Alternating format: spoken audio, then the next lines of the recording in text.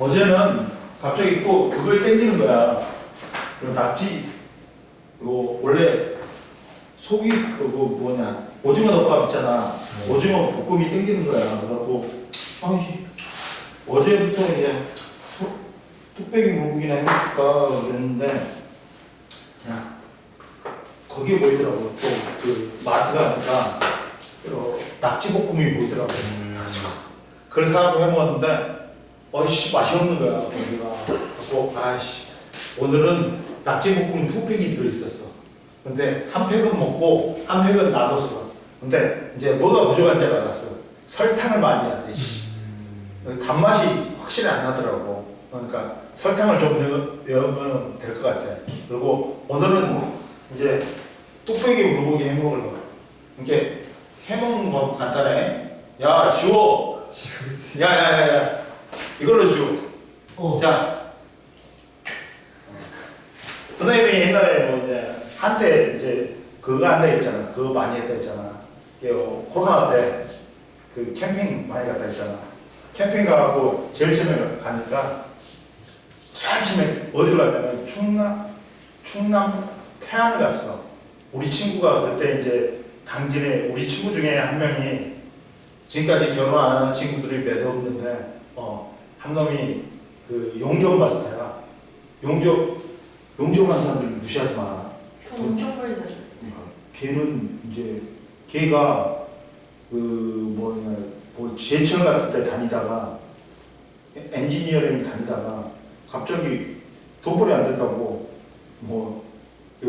내가 인천 여기 연수동 살 때 갑자기 연락이 온 거야. 친한 친구가 고등학교 친구인데 야 나 거기 네 집에 있으면 안 되냐고. 이렇게 선생님이 연수동에 살 때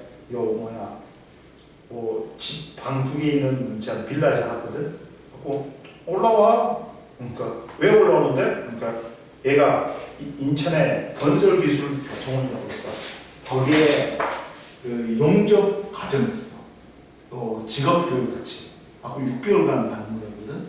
근데 이제 그걸 한다고 올라오는데 우리 집에 있어.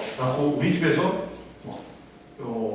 거기에 기숙사도 있어. 근데 뭐 주말에는 나와갖고 하고 막 그랬지. 그래가지고 자격증을 따가지고 40대 초반에 따가지고 걔가 이제 하청업체 있잖아. 삼성 같은데 하청업체 있잖아. 그런데 들어가고 일을 했어. 제일 처음에. 그러다가 점점 높아지더니 이제 걔가 이제 팀장이 된 거야. 팀장이면 여러 사람들 데리고 다니거든. 회사에 조직돼가지고 걔들은 뭐냐면 6시까지 일하지 5시까지 일하지. 그러면 일공수로 그리고 곱하기 1을 하는 거야. 원래 이 땅에. 근데 9시까지 일하지 곱하기 1을 해. 12시까지 일하면 곱하기 3을 해. 만 20만 원이면 12시까지 일하지 8시부터 곱하기 3을 해주고 60만 원이니까 일단 걔는 이제 팀장 돼가지고 받는 일 조금 하고 얘들이 모으는 게 있어. 지 일단 모으는 거 있잖아. 받아. 그러니까 한 1년에 연봉이 달에 한 2천 가까이 돼. 그리고 이 친구가 또 무슨 마스터가 있냐면 토토 마스터가 있어. 나는 내 주변에 토토 해갖고 돈 땄다는 사람 한 번도 없거든. 근데 평생 이 새끼 처음 봤어. 이 새끼는 우리 집에 있을 때 있잖아. 이거 일을 갖다가 한 6개월 하다가 한 달 쉬고 2달 쉬거든. 그리고 또 지가 하고 싶으면 들어가거든. 근데 얘는 뭐냐면 한 달, 2달 쉴 때 우리 집에 와 있어. 그러면서 뭘 하냐면 토토를 갖다가 딱 얘들 패턴이 있어. 쉴 때. 한 10시에나 일어나. 이제 10시부터 5시까지 밥 먹고 뭐하고 토토만 열심히 분석하는 거야. 지만의 방식을 만든 거야. 내가 이제 학원 끝나고 집에 가면 야 오늘 맛있는 거 먹자? 갖고 나. 여기 무슨 등심 한판 있잖아. 네. 그 소고기 전문점 있잖아. 여기 송도 유원지. 우판 등심. 우판 등심. 거기를 이 새끼가 처음 데려갔어 나한테. 갔는데 마음대로 먹어요. 그 우리가 소주까지 먹으니까 한 8인분 이 새끼 고기를 졸래 잘 먹고 거의 8인분인가 9인분만 먹었어. 그리고 술도 먹었다, 밥도 먹고, 그러니까 50만 원 먹었어. 졸라 비싸 그게. 아니 50만 원 안 나오고 한 그 1인분이 그때 한 3만 원 됐으니까 한 30몇만 원 나왔다. 그러고 나서 2차도 쏘는 거야. 그러니까 한 50만 원 썼어. 근데 알고 봤더니 이 새끼가 토토에 200만 원짜리, 300만 원짜리 된 거야. 와. 한 번은 뭐 200짜리 2개 터지고, 뭐 300짜리 터진 거야. 700이 일주일에. 그날은 진짜 비싼 거 갔었어. 저 아까 한 70만, 80만 썼어. 토토로 그렇게 보이기가. 그러니까 얘는 놀면서도 천만 원 이상 버는 거야. 이게 투자 비용 말고 와 토토 해가지고 1,000만 원 넘게 버는 거야. 신기한 새끼네. 그러니까 진짜 토토로 돈 벌기 힘든데 걔는 돈 벌더라고. 와 그래갖고 내가 쓰고이 됐어. 너는 난놈이다. 내가 학원이 망나갖고 힘들면 니한테 담아. 그렇지. 그러니까 네가 나한테 해줄 게 있으니까 나도 니를 받아주겠다. 그러는 거야. 이제 그러면 안 되지. 물질의 이중성 보자. 물질의 이중성은 뭐냐? 말했지. 과학현상이라는 거는 항상 대칭성을 가지고 있어. 그러니까 대칭성을 생각하면서 과학이 발전한 거야. 즉 뭐냐면 얘들아 봐봐. 예를 들어보면 전류가 흐르면 무조건 뭐가 생긴다? 전기장. 아니야. 먼저 전기장이 생겨. 전기장이 생겨. 근데 전기장이 교르면 변한단 말이야. 전기장이 변하니까 자기장이 유도되는 거야. 즉 전류가 흐르니까 자기장이 생기네? 뭐 대칭적으로 이게 전류가 오면 자기장이 생기지. 자기력이지. 반대로 자기장이 변하니까 도선에 전류가 유도되는 거야. 이런 식으로 대칭성입니다. 이해됐어? 자, 그러다 보니까 과학자들이 비대 이중성을 보니까 파동이라고 생각했던 빛이 입자성을 가지고 있어. 그러면 그동안 입자성을 가지고 있는 물질도 당연히 물질은 입자로 구성되어 있지. 당연히 입자가 있지. 입자성이 있겠지. 그러면 얘도 파동성을 가지지 않을까 하고 대칭성을 상대론적으로 생각하면서 물질의 이중성이 나오는 거야. 이해됐어? 그때 처음 제시한 사람이 물질의 이중성을 제시한 사람이 누구다? 물질파를 주장하는 물질파를 따라서 드브로이가 주장했다 했고 드브로이파라고 해. 이거는 뭐야? 물질이 뭘 갖고 있다? 파동성을 갖고 있다는 물질의 파동성을 갖다가 주장한 거야.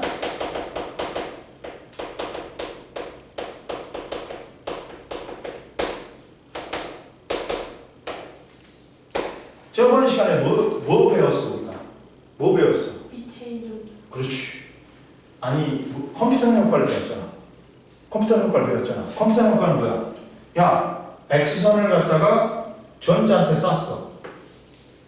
전자한테 쐈어. X선을 전자한테 쐈더니 이 전자가 튕겨나가는 거야. 이쪽으로. 그리고 X선도 튕겨나가는 거야. X선 같은 경우는 뭐니? 야, 뭐가 있어? X선이 뭐야? 빛이지. 네. 빛이잖아. 근데 X선도 뭘 띠는 거야? 입자선을 띄어. 갖고 전자하고 부딪혔더니 얘가 이렇게 튕겨나가. 그러면서 X선에 파동이 파장이 어떻게 돼? 뒤로져. 그러면 얘는 봐봐. 마치 이제 마치 X선하고 전자가 충돌하는 것처럼 보이는 파동에서 여기도 얘가 뭐가 있어? 운동량 보존 법칙으로 충돌이니까 설명이 가능하단 말이야. 운동량 보존 법칙이 뭐야? 얘들아. 충돌 전 운동량하고 충돌 후의 운동량이 같다는 거지. 근데 이때 얘가 X선이 파장이니까 뭘 갖고 있어, 얘들아? 파장은 얘는 뭐야? 응? P분의 하야. 운동량분의 하야. 그러면 이때 우리가 저번 시간에 뭘 배우냐? 이때 운동량 보존 법칙에서 파장은 mv분의 하야. 그러면 운동량 보존 법칙에 의해서 얘들이 속력이 어떻게 돼? 충돌 후에는 속력이 어떻다? 질량은 그대로일 거 아니야. X선이. 근데 속력이 어떻게 돼? 충돌 후에는 운동량이 줄어들잖아. 그러면 속력이 줄어들까? 그러면 어떻게 됐어? 속력이 줄어드니까, 운동량이 줄어드니까 파장이 어떻게 돼? 길어져. 파장이 짧았다가 길어지죠. 이걸 보고 드브로이가 이제 뭘 제시했어? 드브로이를 제시한 거야. 물질파를. 물질파를 제시한 거야. 뭐냐면 1924년 드브로이가 물질판을 제안한 거야. 제안 바로 했더니 얘들이 다 물어. 바로 1927년에 여러 과학자들에 의해서 증명이 되어버린 거야. 이게. 그래가지고 봐라. 자, 드브로이의 물질파는 1924년 드브로이가 빛이 파동과 입자의 성질을 모두 갖는다면 전자와 같은 입자도 뭘 가질 것이다? 파동의 성질을 가질 것이라고 주장했어. 이와 같이 물질이 입자가 나타내는 파동을 뭐라고 해요? 물질파 또는 드브로이파라고 한다. 이때 물질파의 파장은 질량이 m인 입자가 속력 V로 운동할 때 입자의 물질파 파장은 람다는 뭐라고? mv분의 하야. 그러면 얘들아 봐. 여기서 봐라. 그러면 자, mv분의 하니까 얘를 갖다가 뭘로 쓸 수 있어? mv가 p지. p분의 하로 쓸 수 있어. 근데 야, 옆에 봐라. 자, 물질파의 파장과 운동 에너지 관계 보자. 자, 그러면 mv분의 하니까 람다가 mv분의 하니까 이렇게 쓸 수 있어. 운동 에너지는 얼마냐? 2분의 1 mv지. mv 제곱이지. 그러면 얘를 갖다가 m을 곱해줘. 그리고 m을 나눠주는 거야. 그러면 얘가 뭘로 변할 수 있어? 2분의 1 뭐로 변하냐면 이렇게 하면 되잖아. 2분의 m으로 하면 얘가 mv의 제곱이 되죠. mv의 제곱이 되지. 그러면 얘가 뭐야? mv가 p잖아. p지. 그러면 2m분의 p의 제곱이 된다. 따라서 자, p는 뭐가 될까요? 따라서 운동량은 뭐가 돼요? p는 얼마냐? 루트 EM2K가 되는 거야. 이렇게 나타낼 수 있다. 그냥 알아만 보. 그리고 이제 1924년에 물질파를 제안을 했단 말이야, 드브로이가. 근데 1927년에 여러 과학자들에 의해서 증명이 됐잖아. 즉 물질의 파동성이 증명이 된 거야. 근데 누가 했어? 데이비슨하고 검하고 누구야? 톰슨이 했단 말이야. 물질 파악인 실험을 누가 했다?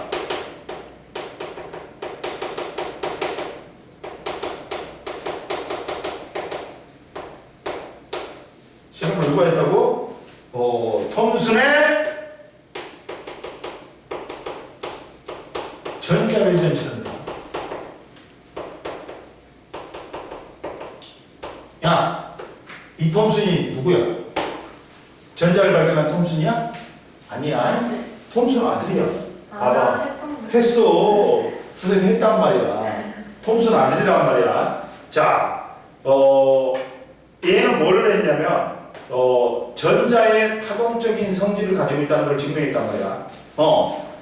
뭐냐면, 봐봐. X선을 갖다가 좁은 슬릿에다가 했어. 통과시켰어. 회전이 안 일어나. 왜? 절체면은 회전이 안 일어나. 왜? 회전이란 건, 얘들아, 회전이 잘 일어나려면, 야, 배웠다?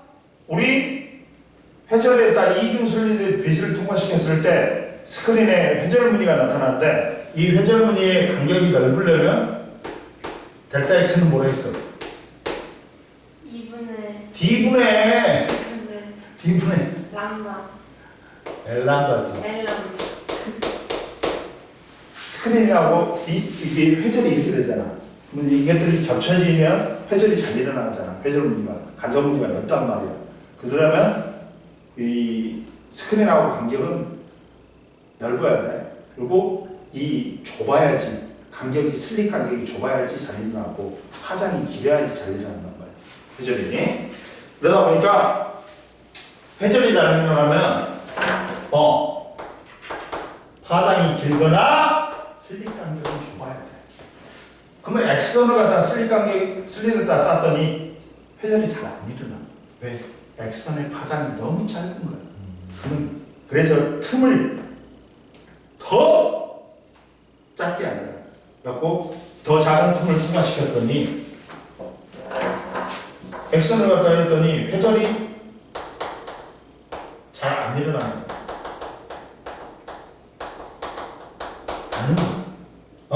그러다 보니까 왜? X선의 파장이 너무 짧아서.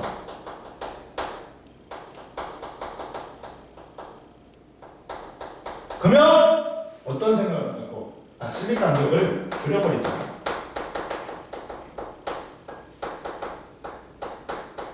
라는 생각이 나온 거야. 그러다 보니까 어떻게 했냐면 이런 거야. X선을 갖다가 금박에 딱 써가버린 거야. 금박은 뭘로 돼 있어? 굉장히 얇은 박이지. 그러니까 거의 두께가 얇단 말이야. 원자 단위로 만들어 버린 거야. 그러면 X선이 금박을 갖다가 원자와 원자 사이 틈을 통과해. 그러면서 뭐가 일어나? 회전이 일어나. 자, 회전이 일어나. 즉, 이 간격이 원자하고 원자 사이 간격이 되거든요. 그럼 원자하고 원자 사이 간격은 굉장히 작겠지. 그래갖고 최대한 얇게 만들었고 금박으로 만들었단 말이야. 금박에다가 쌓아버린 거야. 그러니까 회전이 일어나. 회전이 일어나.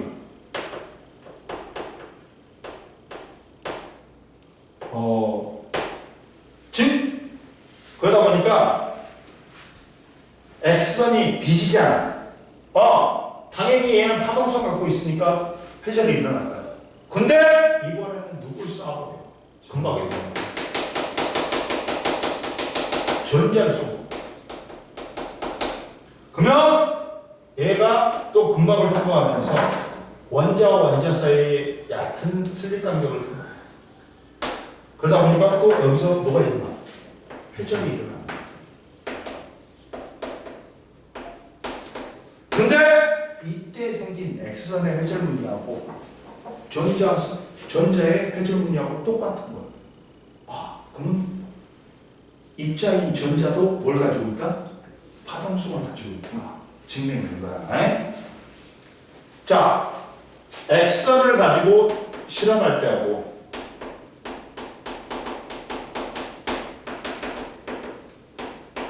했을 때와 전자의 실험이 같은 해설문이잖아. 그러면 전자도 뭘 갖고 있다? 회절이 일어나니까 파동성을 갖고 있다고 증명해버린 거야.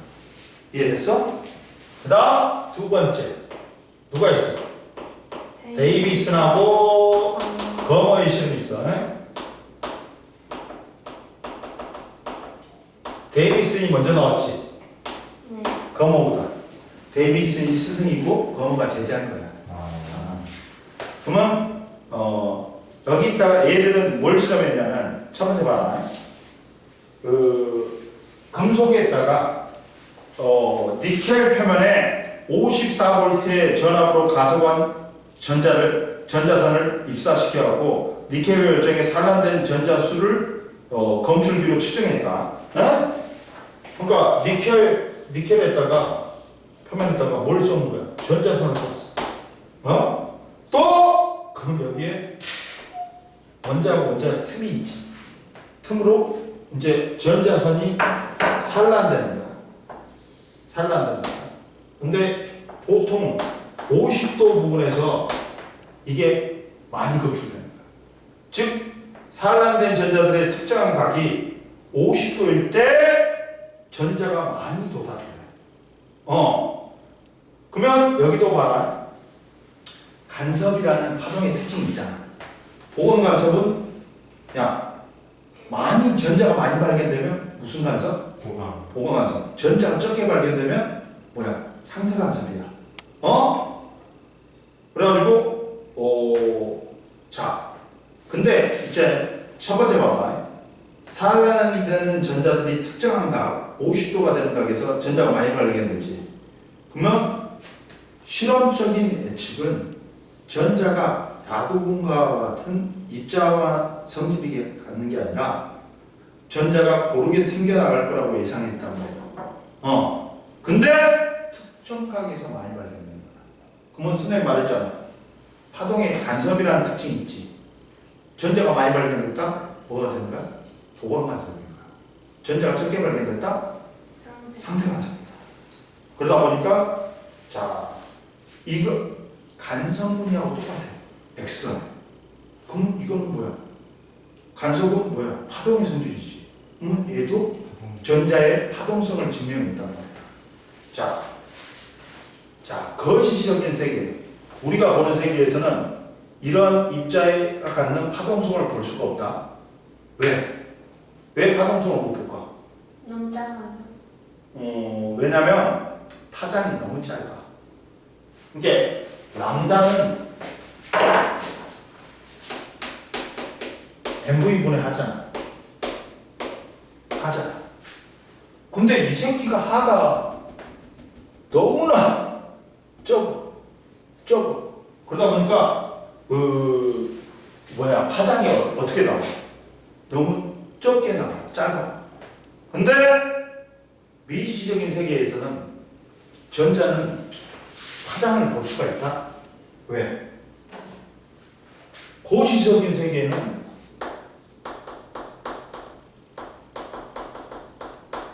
뭐가 커? 질량이 크고 하가 적어. 그러니까 파장이 너무 짧아. 그러니까 우리가 못 보는 거야. 미시적인 세계는 질량이 작아. 하가 작지만 그만큼 파장이 길어. 그러니까 뭐가 나타나는 거야? 회절이라든지 간섭문이가 나타나. 그러니까 우리가 눈으로 볼 수 있는 거야. 야구공의 파장은 보여 안 보여? 안 보여. 그러나 전자의 파장은 충분히 파동적인 성질이 나타날 수 있는 간섭이라든지 회절문이 나타날 수 있으니까 우리가 눈으로 볼 수가 있단 말이야. 그러면서 한 거야. 이해됐어? 그러면 여기가 끝났지? 238페이지 끝났다. 따라서 보자. 239페이지 물질의 이중성 봐봐. 이제 물질의 이중성.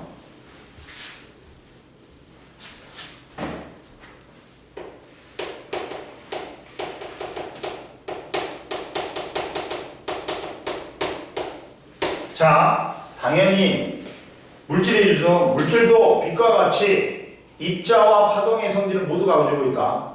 전자뿐만 아니라 양성자, 중성자도 같은 것 같은 입자들도 파동성이 가지고 있다는 걸 확인했다. 근데 분명히 말했지. 이 물질도 입자성하고 파동성을 갖고 있는데 둘은 동시에 안 나타나. 하나만 나타나. 응? 근데 봐봐. 일상생활에서 우리가 물질파를 관찰하듯이 없는 까다 말했지. 물질파의 파장의식이 람다는 mv분의 하잖아. 그럼 플랑크 상수값 하가 너무 적고 물체의 질량이 크기 때문에 야광봉은 파장이 너무 짧게 나온단 말이야. 그러다 보니까 간섭이나 회절이 일어나기가 어려워. 그러니까 관찰할 수가 없어. 그러나 전자는 질량이 매우 적어.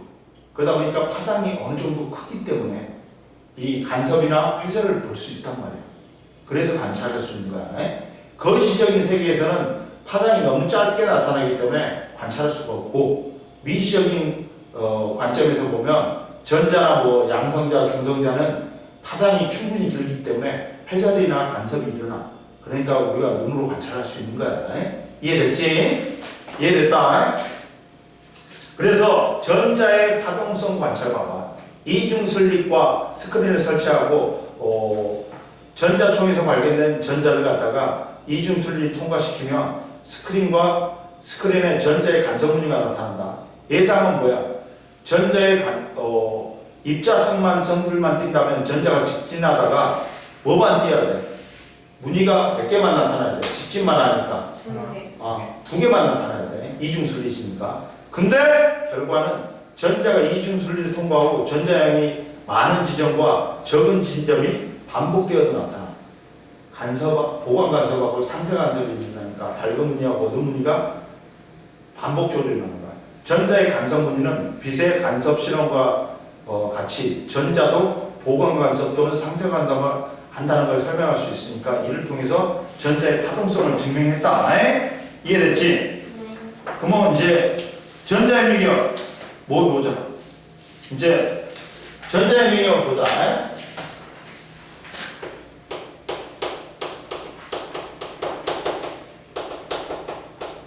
우리가 현미경은 광학 현미경하고 전자 현미경이 있단 말이야. 광학 현미경 소스로 뭘 사용하는 거야? 빛을 사용해. 분해능이 작다 보니까 마이크로미터까지는 볼 수 있어. 즉 세균을 볼 수 있어. 그러나 그거보다 작은 바이러스부터는 눈에 안 보여. 광학 현미경은. 그러다 보니까 우리가 이제 눈에 보이지 않는 미시적인 세계를 관찰하기 위해 전자 현미경을 만들었단 말이야. 전자현미경은 이제 셈하고 템이 있는데 얘들은 이게 왜 광학현미경으로는 그 바이러스는 못 보고 세균까지만 볼 수 있어? 분해능이 안 좋아. 분해능이라는 게 있어. 분해능이 뭐야? 두 점으로 분리할 수 있는 능력이라는 뜻이야. 분해능이라는 건 뭐냐? 이거다. 광학기기에서 가까이 있는 두 점을 구별해 볼 수 있는 능력으로서 렌즈 크기가 같을 때 파장이 짧을수록 어떻다? 분해능이 커. 너 저거냐? 아나? 과학현미경의 분해능은 빛 가시광선을 이용하기 때문에 회전 현상 때문에 0.2 마이크로미터 정도까지 분해능의 한계가 있고, 이보다 작은 크기의 바이러스 같은 미생물은 관찰할 수가 있어? 없어? 없어. 봐라. 자, 분해능의 비교는 인접한 두 가원에서 나온 빛이 한 슬릿을 통과하면서 각각 회절하여 스크린에 상을 맺혀 파장이 짧을수록 회절 무늬가 겹쳐지지 않아서 두 점으로 분해할 수 있다. 자, 가나다는 파장은 누가 길이? 가가 제일 길어.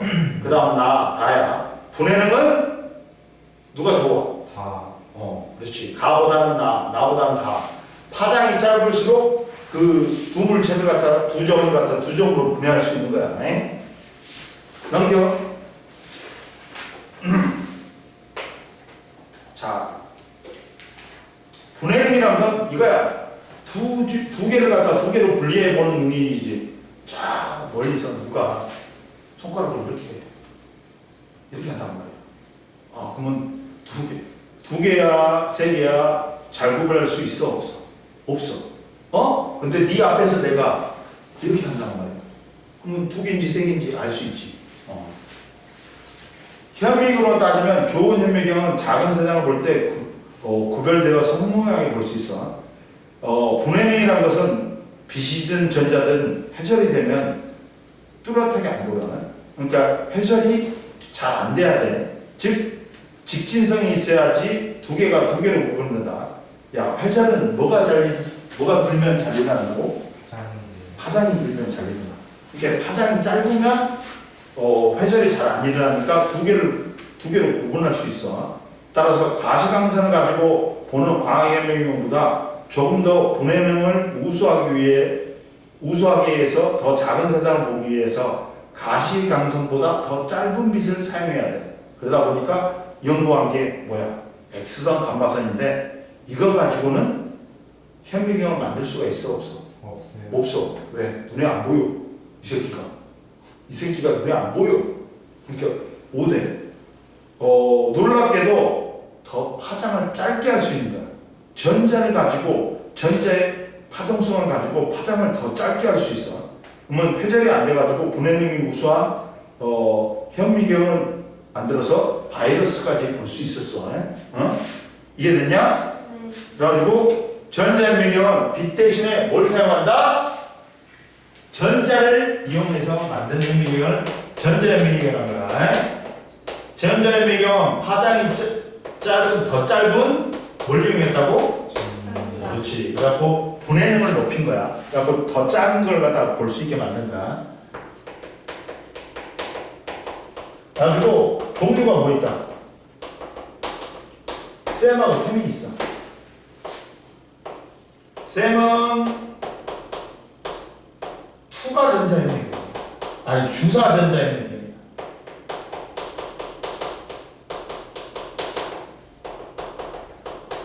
이거 템이 뭐냐? 템은 투가 전자현미경. 얘는 뭐냐면 스캐닝 일렉트론 마이크로스코피야. 야, 우리 스캐너 있지? 스캐너는 빛을 쏴가지고 이걸 갖다가 표면을 알아보는 거고, 얘는 전자를 쏴가지고 스캔해보는 거야. 갖고 물질의 입체적인 걸 잘 볼 수 있어. 근데 투과 전자현미경은 터널링 일렉트론 마이크로스코피야. 시료를 얇게 만들어. 그 다음에 전자를 추가시켜가지고 우리가 이제 보는 거야. 근데 셈은 10의 마이너스 한 9승까지 볼 수 있어. 템은 10의 한 마이너스 10승까지 볼 수 있어. 원자라니까 볼 수 있어. 템이 더 비싸. 선생님 연구실에는 다 있었어. XRD, 셈, 템이 있었어. 하고 맨날 다른 과에 있었겠지. 우리 과 와갖고 맨날 XRD 찍어주면 안 돼. 셈 찍어주면 안 돼. 템 찍어주면 안 돼. 씨발 믿어 바쁜데 니 그거 언제 찍어주냐. 근데 얘가 보면 야 내가 전화할게. 그때 갖고 와. 내가 한가할 때 찍어줄게. 안 되면 안 돼? 좀 빨리 찍어주면 안 돼? 근데 몰라. 나도 바빠. 근데 이제 어떤 놈이 술 한잔 살게. 내일 와. 내가 찍어줄게. 그래. 근데 어떤 놈이 미팅 시켜줄게. 확실해? 알았어. 일단 내가 전화할게. 스케줄 딱 조절하고 갖고 와. 그거 찍어줘. 갖고 얘가 쌤하고 태민이 나한테 기쁨 많이 안겨주는 장이었어. 근데 봐봐. 그러면 이제 뭐 분해능이나 배율은 봐봐. 전자의 물질파의 파장이 가시광선의 수천 분의 1 정도 짧기 때문에 분해능이 좋아. 그리고 배율도 최대 수백만 배 정도로 광학현미경보다는 배율이 높다. 그러면 이제 렌즈가 필요하잖아.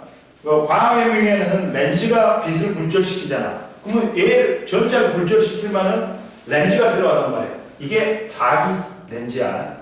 코일로 만든 원통형 전자석으로 전자가 자기장에 의해서 경로가 휘어지는 성질을 이용하여 전자선을 굴절시켜갖고 아주 좁은 한 점에 모이게 한다. 그러면 전자현미경의 활용은 광학현미경으로 볼 수 없는 바이러스 등 병원체나 물질 속의 원자의 배치 상태를 알 수 있으므로 물리학, 생명과학, 재료과학 등에 많이 이용된다. 자, 전자의 옆에 봐. 파장은 조절은 가시광선이 10의 마이너스 7승 미터인데 비해 전자의 물질파의 파장은 10의 마이너스 16승이야. 10의 마이너스 10승이야. 이렇게 0.1 나노미터. 나노미터가 10의 마이너스 9승이거든. 그거보다 10분의 1까지 더 볼 수 있어. 그리고 전자현미경의 특징은 시로의 전자선을 조화하므로 살아있는 생명체는 관찰할 수가 없다. 그리고 공기가 있으면 전자의 진화 방해를 받기 때문에 전자현미경 내부는 무조건 뭐다? 진공이야, 진공. 그러니까 광학현미경은 진공이 아니야. 공기가 있어. 왜? 빛은 진공도 통과하고 상관없어. 공기도 있어 상관없어. 근데 봐라. 첫 번째 주사 전자현미경 쌤은 봐라. 이거 같은 경우는 전자가 반사돼야 되니까 시료를 표면을 코팅을 해야 돼. 주사 전자현미경이니까 시료를 얇은 금속판으로 코팅을 한단 말이야. 그러니까 살아있는 생명체는 못해. 어차피. 그래갖고 튕겨나오면 튕겨나온 전자를 가지고 화면으로 볼 수 있는 거야. 가속된 전자선을 시료 표면에 쪼일 때 튀어나온 전자를 검출하여 얘는 뭐야? 시료의 입체적인 3차원 구조상을 관찰할 수 있다. 사용하는 파동은 전자선이고 렌즈는 자기 렌즈야. 현미경 내부는 진공이다. 그리고 관찰은 전자 검출기와 연결된 모니터 영상이다. 그러면 코팅하지 않으면 전자가 머물게 되면서 3차원 구조를 볼 수 없어. 그러다 보니까 분해능이 투과 전자현미경에는 다소 떨어지지만 얘는 특징이 뭐다? 입체 구조를 볼 수 있다. 그리고 시료의 표면에 전자선을 쪼이면 시료의 전기전도도가 좋아야 돼. 그러다 보니까 시료 표면에 전기전도도가 좋은 금속으로 표면을 얇게 코팅한다. 그리고 투과 전자현미경은 전자선을 얇은 시료에 투과시킨 뒤 형광 스크린에 형성된 시료의 2차원적 단면 구조의 상을 관찰한다. 사용하는 파동은 전자선이고 렌즈는 자기 렌즈고 현미경 내부는 진공이고 관찰은 형광 스크린에 맺힌 상이다. 근데 분해능이 좋아서 얘는 세포의 내부 구조를 관찰하는데 밑줄 거예요. 쌤은 입체 구조를 관찰하는데, 근데 템은 세포의 내부 구조를 관찰하는데 주로 이용한다. 전자가 시료를 통과하는 동안 속력이 느려져서 물질파의 파장이 커지니까 분해능이 커져가지고 분해능이 안 좋아져. 그러다 보니까 시료를 최대한 어떻게 만들어야 돼? 얇게 만들어야 돼. 왜 그러냐면 이게 두꺼워버리면 속력이 느려져. 그러니까 파장이 길어지니까 분해능이 안 좋아져. 그러니까 얇게 만들어야 돼. 최대한. 그리고 광학현미경은 유리 렌즈로 빛을 굴절시켜 상을 맺히게 한다. 사용하는 파동은 빛이다. 렌즈는 유리 광학 렌즈를 이용하고 현미경 내부는 공기가 있어. 관찰은 빛이 굴절 및 확대한 상을 본다. 물체의 크기가 빛의 파장보다 작으면 빛의 회절 현상 때문에 상이 흐리게 보여갖고 안 보여 잘. 그리고 가시광선 파장 10의 7승 미터보다 크기가 작은 바이러스나 미토콘드리아 같은 물체는 광학현미경으로 관찰할 수가 없다. 241페이지 한번 풀어봐. 얘들아. 풀어봤냐? 안 풀었지? 풀었네? 안 그리고 좀 쉬어. 그리고 상대성 이론은 다음 시간에 1시간 하면 이번에 끝난 거야. 오늘. 오늘 끝내버릴게. 네. 그리고 이제 다음 시간부터는 문제 풀이다. 네. 문제 많이 풀어와. 그리고 특수 상대성 이론은 어려울 게 없어. 응? 자, 원래 이제 아인슈타인이 다음 주 노벨상을 뭘로 받았을까? 아니구나. 아이씨, 에너지 주의는 안 했네? 아이씨. 다음 시간에 안 끝나겠다. 안돼. 에너지 주의는 안 했네? 이것도 중요해. 뭔게일까요? 에너지 주의 중요해. 해야지 뭐. 어쩔 수 없지. 하긴 해야지 뭐. 금방 하니까 오늘 여기 끝내버리고 1시간만 하면 끝나게 하자. 스펙트럼이라는 거 뭐야? 얘들아. 분광기. 이제 그렇지. 빛을 분광기에 프리즘 같은 분광기에 통과를 시켰을 때 나타나는 색깔의 띠가 뭐야? 스펙트. 스펙트럼이야.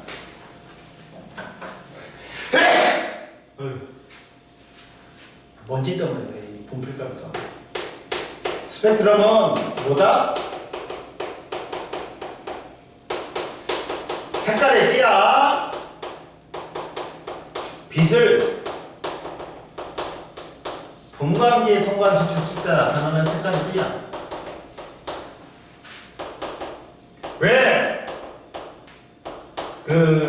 백색은 빨주노 파란뭐가 5개 있지. 그건 색깔에 따라 파장이 틀려. 파장에 따라 뭐가 틀리다? 굴절률이 틀려. 그러다 보니까 생기는 색깔의 띠. 즉 봐라. 빛이 이렇게 가다 보면 프리즘을 통과하다면 색깔에 따라 뭐가 틀려? 파장이 틀려. 파장에 따라 굴절률이 틀려. 그래서 나타나는 색깔의 띠가 스펙트럼인데 스펙트럼은 종류가 2개가 있지. 연속 스펙트럼하고 뭐가 있냐? 선. 그렇지. 야, 너는 이거 어떻게 풀었어? 저번에 안 배웠는데? 통합과학에. 제가 풀었어요? 그때 13종류 엘렉트론 볼트 있잖아. 그게 이거잖아. 이거 저번 시간 안 했지? 연속 스펙트럼하고 뭐가 있다? 어떻게 했지? 선 스펙트럼이다. 그러니까 거기서도 문제가 잘 나와. 그거 1학년 때 배웠어. 아니 배웠는데 여기서는 더 들어가. 확실히 들어가 버려. 그러니까 지금까지 배운 거는 애교야 애교. 그러면 야 고온의 천체 별이야. 스스로 행동을 따라가는 별이야. 근데 얘가 포리즘을 통과하면 연속적인 색깔의 띠가 생기는데 태양은 옛날에 관측 장비가 발달 안 했을 땐 태양이 연속 스펙트럼이라고 했어. 근데 태양도 검은색 선이 나타나. 흡수 스펙트럼이야. 이거는 백열전등빛 격파. 근데 선 스펙트럼은 선으로 나타나는데 흡수 스펙트럼하고 뭐가 있다? 방출 스펙트럼이 있어.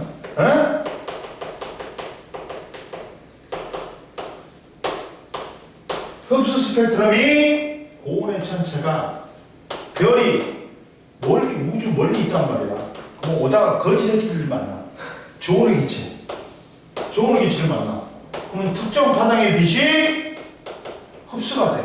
그러니까 연속 스펙트럼에 검은색 선이 나타나. 또는 태양도 흡수 스펙트럼에 되어 있지. 왜? 태양의 표면보다 태양의 대기가 온도가 낮아. 그러면 태양에서 방출된 빛이 태양의 대기에 특정 파장의 빛이 흡수가 된단 말이야. 그러니까 연속 스펙트럼에 검은색 선이 나타난다. 즉 별빛 스펙트럼은 전부 다 뭐다? 얘들아 흡수 스펙트럼이야. 근데 방출 스펙트럼은 뭐냐? 고온의 천체가 아니야. 행동한 바는 아니야. 기체. 고온의 기체야. 즉 뭐냐면 밝은 성운이 주위의 밝은 별빛을 성운이 주위의 밝은 별빛을 흡수해. 그러면 들뜬 상태가 됐다가 바닥 상태로 내려오면서 비대 형태로 에너지를 방출해. 그걸 분광기로 통해 보면 검은색 바탕에 색깔의 선이 있어. 또는 이렇게 하면 되지. 방출 스펙트럼이 나타나려면 이거야, 얘들아. 기체 방정관에다가 높은 전압을 불어줘. 그러면 이 기체가 들뜬 상태가 돼. 갖고 바닥 상태로 내려오면서 비대 형태로 에너지를 방출해. 이걸 분광기를 통해 보면 뭐가 된다? 검은색 바탕에 색깔의 선이 나타나. 근데 이 스펙트럼에서는 특히나 선 스펙트럼에서는 흡수선이건 방출선이건 선의 스펙트럼마다 선의 위치, 선의 색깔, 선의 수, 선의 굵기가 다 틀려. 선의 위치는 뭘 나타낸다? 원소의 종류를 나타내. 따라서 흡수 스펙트럼이건 방출 스펙트럼이건 선의 위치가 같이. 그러면 같은 원소야. 그리고 자, 선포. 선의 굵기는 뭘 나타낸다? 밀도비 질량을 나타낸다. 그러다 보니까 우주의 구성하는 원소들이 비율을 알 수 있어. 별빛 스펙트럼 분석해 봤더니 수소가 74, 헬륨이 24, 수소하고 헬륨이 질량비가 3대 1인 걸 알았어. 이해됐어? 다 설명했다 선생님이. 한꺼번에 다 설명했다. 응? 이해됐지? 이쪽 258페이지는 다 설명했어. 그리고 이걸 알아야 되는구나. 이게 더 중요한 거야. 이게 더 중요한 거야. 학교의 선생님들은 안 가르쳐준다 이걸. 왜? 생각을 못해. 생각을 못해. 자, 빛은 크게 몇 번으로 나뉜다? 세 번으로 나뉜다. 가시광선은 빨주노초 파남보. 배고파. 속쓰려. 자, 아까 좀 말해줬어. 위에 산의 pH도 변한다. 밥 안 먹으면 얼마야? 1에서 2 사이야. pH가 졸라 높아. 근데 밥을 처먹지. 3에서 5로 떨어져.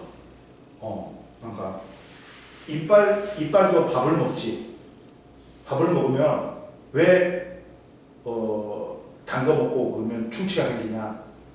야, 원래 이제 밥을 먹으면 이제 이게 분해되면서 약간 산성으로 돼. 근데 양치질하면 약간 중성 쪽으로 가. 그래가지고 연기성을 가하니까 그래야지 충치가 산성 환경에서 충치가 생기는 거야. 연기성 있게 이빨칠을 하는 것도 pH를 맞춰주는 거야 이쪽. 왜 나오냐? 근데 빨간색 에너지에서 적외선, 보라색 에너지에서 자외선. 근데 이 중에 가시광선, 속수니까 나왔지. 이거 있잖아. 가시광선이 만약에 눈이 보여. 가능하다 일단 보일 수 있잖아. 적외선이나 자외선 눈에 보인다. 미친 새끼야. 누굴 뽑아야 돼. 야, 우리가 이비인후과 갔어. 근데 치료한다고 적외선을 갖다 쏘이래. 근데 선생님 그거 빨간색 보이던데? 야, 적외선 눈에 안 보이니까 이게 가동되는지 안 가동되는지를 모르잖아. 그러니까 우리가 빨간색 가시광선을 같이 해주는 거야. 작동이 되면. 그러니까 보이는 거야. 그리고 우리가 식기세척기가 왔는데 보라색으로 보이던데요? 자외선 보이는 거 아니에요? 그것도 뭐냐면 식기세척기 가동되는지 안 가동되는지 보라색으로 빛을 쏴주는 거야. 이해됐어? 근데 이때 빛은 같은 매질 공기 중을 통과하면 V는 F란 거야. 응? 같은 매질이기 때문에 뭐가 일정해? 공기 중이니까 속력이 일정해. 그러면 진동수하고 파장은 무슨 관계예요? 역수, 반비례가 되지. 그러면 빨간색은 파장이 길어, 얘들아. 대신 진동수는 작아. 이 파란색 계열은 이런 게 디테일이야, 시험에서. 파란색은 파장은 짧은 대신 진동수는 커. 근데 파동 에너지는 진동이란 말이야. 그럼 누가 관련돼? 에너지는 정색광. 진동수와 관련돼. 진동수와 관련돼. 그리고 뭐하고 반비례? 파장과 반비례. 우리가 광량대수를 배웠잖아. 이는 뭐야? 하F야. 그리고 진동수는 람다분의 C가. 이게 람다분의 하시가 돼. 봐봐. 진동수하고 에너지는 비례한단 말이야. 그러다 보니까 이 파장이 길고 진동수가 작은 이쪽은 에너지가 작아. 그러니까 우리가 맨날 찜질방 가고 할아버지 할머니들이 뭐 찜질방에서 뜨거운 탕이 아니라 뜨거운 데 있잖아. 거기 뭐 배 까고 원적에서 쪄고 있어. 좋다고. 에너지가 작으면 우리한테 해가 안 미쳐. 근데 파장이 짧고 자외선 계통은 진동수가 크고 에너지가 크단 말이야. 에너지가 크면 문제야. 자외선은 살펴서 피부 압류 말이야. 그리고 눈 속으로 들어가지. 백내장 생겨. 이렇단 말이야. 이걸 알아야 돼. 이걸 배우려면 이걸 모르면 이번 단원이 힘들어져. 이걸 알아야 돼. 이걸 알아야 돼. 보자. 이제 오른쪽 올라와. 보호의 원자 모형과 에너지 주시 보자. 원자가 눈에 보여 안 보여? 안 보여요. 안 보여. 눈깔 뽑아야 돼 보이면.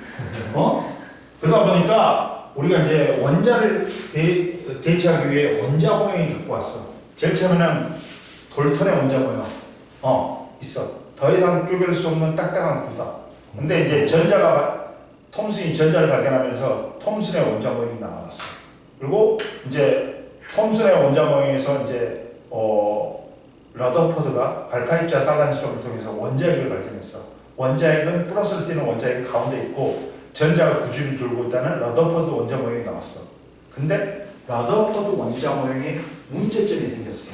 그러다 보니까 그걸 보완하기 위해서 보호의 원자 모형이 나온 거야. 그래갖고 우리는 지금 보호의 원자 모형하고 에너지 주의를 배울 거야. 이해됐어? 배고파. 아씨. 살짝 당 떨어진 것 같다. 우리 그거나 먹자.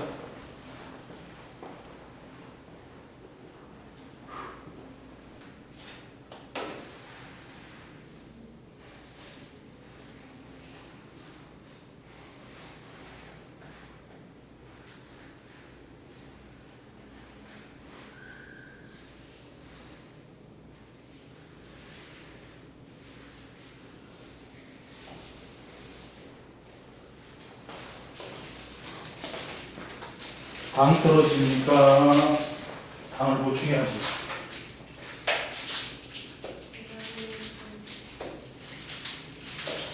당 떨어지니까 당을 보충해야지. 응?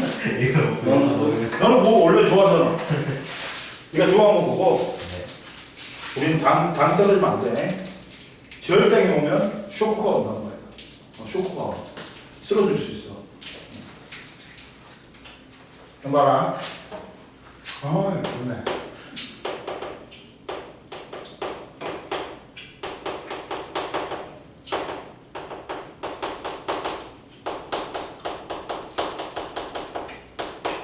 왜 보호의 원자 모형이 나왔다고? 러더포드 원자 모형에 문제점이 있었던. 응? 그러면 러더포드 원자 모형의 문제점입니다.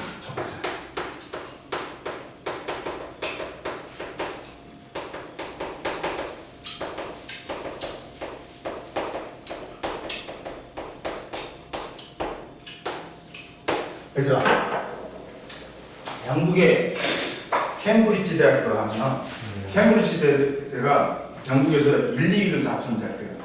옥스퍼드 대하고 둘이서 싸우는 거야. 근데 우리나라하고 서울대하고 연고대 급이 아니야. 얘는 거의 비등비등해. 근데 캠브리지 대학교에 캐번디시 연구소라고 있어. 일대 소장이 당연히 캐번디시겠지. 이 사람이 뭘 했냐면 콜라겐 상수 쪽 있잖아. 그걸 밝혀가지고. 근데 이 사람도 귀족이었어. 근데 졸라 개팍했어. 갖고 죽을 때까지 결혼도 안 했어. 근데 얼마나 개팍하냐면 한여를 모집하는데 조건이 문제네. 내 눈에 띄면 안 된대. 자기 눈에 띄면 안 된대. 그러니까 하녀가 얘가 잠든 다음에 더 활동을 하는 거야. 아, 그런 거야. 근데 그 2대 소장이 누구냐면 톰슨이야. 아까 전에 톰슨의 전자회전 실험이 있잖아. 아빠 진짜 톰슨이 1900년도 초에 음극선 실험을 통해서, 음극선은 누가 발견했냐면 크룩스가 발견했어. 크룩스는 뭐냐면 마이너스 극에서 어떤 성이 나오네? 끝! 그러니까 노벨상을 못하는 거야 걔는. 그걸 여러 가지 실험을 통해서 이제 전자를 밝혀냈어. 이 사람이 그래갖고 톰슨의 원자모형 그래갖고 이 사람이 노벨상을 탔어. 톰슨이 제자가 러더퍼드야. 그 3대 소장이야. 캐보드 실험소에. 근데 러더퍼드는 뉴질랜드 깡총놈이었어. 근데 머리가 너무 좋았어. 그러니까 학교에 갔어. 선생님한테 질문 졸라 많이 하니까 선생님, 야 이 새끼야 책 찾아봐 이 새끼야 그랬어. 너무 질문 많이 하니까. 근데 책을 봐도 이제 책 다 봐버리고. 그러니까 여기 톰슨한테 편지를 썼어. 이거 물어봤어. 질문했어. 톰슨이 보니까 이 새끼 졸라 똑똑한 걸? 너 이쪽으로 와. 영국으로 와. 그러니까 우리 집 돈 없는데요? 돈 내줄게 와. 라고 갔어. 라고 알파 입자산한 실험을 통해서 얘가 원자핵을 발견했어. 그 다음 양성자도 발견했어. 그리고 중성자도 예측을 했단 말이에요. 이 새끼는 노벨상 2개 이상 탔대. 근데 노벨상 2개 이상 잘 안 줘. 근데 얘도 요 정신 좀 약간 또라이여가지고 그 덴마크 어디냐 노벨위원회하고 노벨상을 스웨덴에 주지. 왕립협회하고 졸라 싸워. 그러니까 노벨상 위원회에서 이 새끼 어떻게든 양명일까봐 노벨상 주긴 줘야 돼 얘한테. 그러니까 너 먹어라. 그리고 물리학상을 주고 화학상을 주고 그랬어. 화학상을 주고 그랬어. 그리고 이제 톰슨의 제자가 러더퍼드의 제자가 보이야. 갖고 보가 이제 보의 원자모형을 발견했고 보의 아들도 노벨상을 탔어. 이 새끼들이 다 해먹었단 말이야 그때.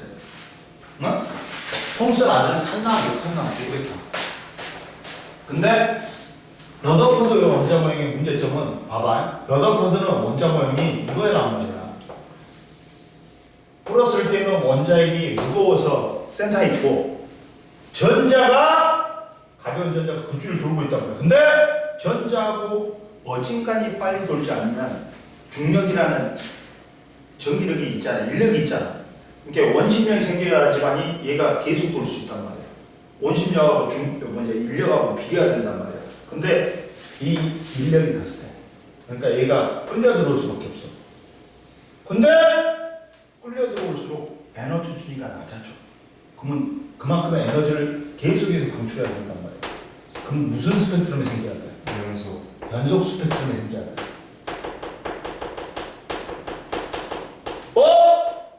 연속 스펙트럼이 안 생긴다.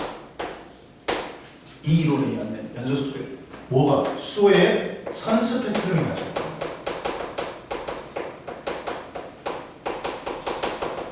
그만 한번 틀렸지. 그 다음 얘가 계속 끌려오다가 어떻게 돼? 원자핵과의 충돌을 해버리지. 원자 구조의 안정성 문제가 발생했어. 그러다 보니까 이제 보호가 이제 새로운 원자 모형을 제시했단 말이야. 봐라, 러더퍼드 원자 모형 봐라. 러더퍼드가 원자 구조를 태양계의 구조를 먼저 설명한 것으로 전자가 원자핵 주위를 돌면서 전기력을 구포하고 원자 구조를 유지했다고 설명했다. 근데 러더퍼드 원자 모형의 문제점은 첫 번째 봐라. 이미의 궤도에서 원동하고 있는 전자는 빛을 방출하면서 에너지가 감소하여 궤도가 점점 작아지므로 원자의 안정성을 설명할 수 없었다.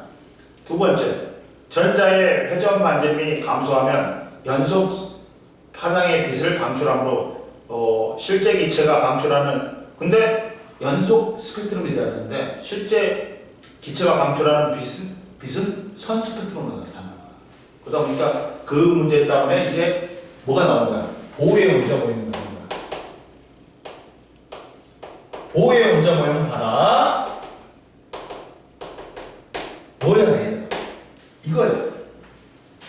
원자핵이 있고 전자가 원자핵 줄을 도는데 아무렇게나 도는 게 아니야. 뭐가 있다? 일정한 궤도가 있다는 거야.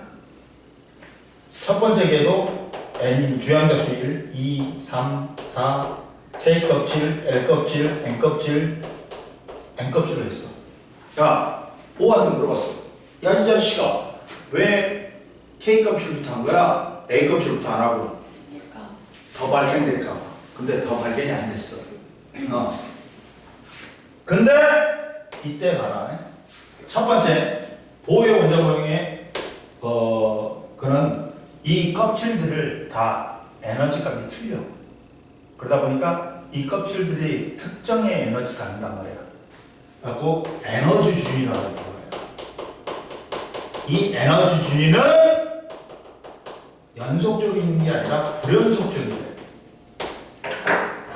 계속 있는 게 아니라 이렇게 띄엄띄엄 있는 거야. 여기는 전자가 존재할 수가 없어. 불연속적인. 설명을 해볼게. 야, 구슬을 경사면에다 돌려봐. 그럼 어디든지 있을 수 있지. 이거는 연속적인 거야. 근데 계단에다 돌려봐. 그러면 이런 데만 있을 수 있지. 그러니까 이거는 불연속적인 거야. 이해됐어? 네. 근데 에너지 준위는 연속적이지 않고 불연속적이야. 그리고 이 에너지 준위는 양자화돼 있다. 이 말은 뭔 말이에요, 선생님? 떨어져 있다. 아니. 이 각껍질의 에너지는 양이 정해져 있대. 딱 얼마로?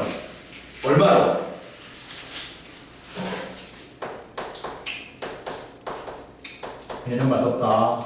벨라르트 상수. N제곱분의 13.6 엘렉트론볼트. 13.6. 첫 번째가 마이너스 1의 제곱에 13.6이야. 첫 번째 궤도가 마이너스 13.6 엘렉트론볼트야. 전기 에너지가. 응? 그 다음 두 번째가 마이너스 2의 제곱이니까 4로 나오면 얼마나 4, 3, 12에 3.4 3.4가 나오네. 응? 바깥쪽으로 마이너스가 주네. 에너지가 커지네. 바깥쪽으로 껍질로 가서 에너지는 커지네. 그러다 보니까 첫 번째 궤도가 에너지가 제일 작아. 작으면 우리는 그걸 바닥 상태라고 해요.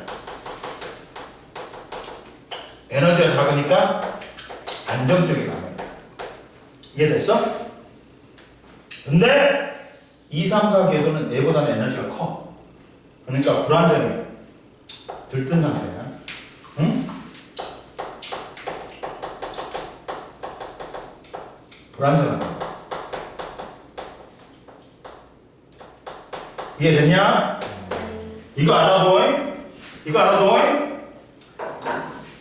에너지는 마이너스 n제곱분의 13.6 엘렉트론볼트로 정해져 있다. 이해됐니? 세 번째가 뭐냐? 보호의 원자 모형. 세 번째가 에너지 준위가 같은 궤도를 보면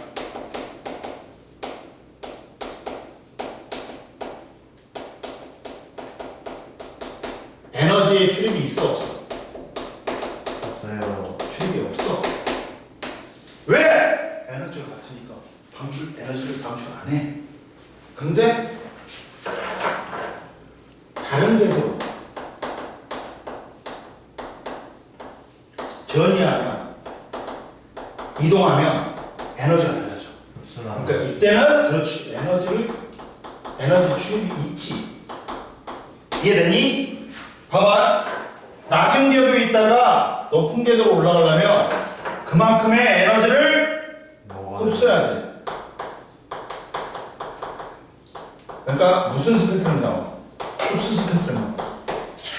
에너지가 높으면 불안정해. 빨리 에너지를 방출하고 에너지가 낮은 바닥 상태로 들어야 돼. 이때는 에너지를 방출해. 방출 스펙트럼. 어? 근데 이때 방출하는 에너지 양은 무조건 뭐다 얘들아? 어? 네. 방출되는 에너지 양은 무조건 처음에서 나중으로 빼줘야 돼. 처음에서 나중으로 빼줘야 돼. 어? 이거는 좀 이따 할 거야. 어? 그러면 이 설명을 다 한 거야. 여기를 다 한 거야. 이 259페이지를 다 한 거야. 선생님이 이해됐지? 네. 이제 시험에 나오는 거는 260페이지가 중점적으로 시험에 나온다. 260페이지를 해봐. 그럼 봐라.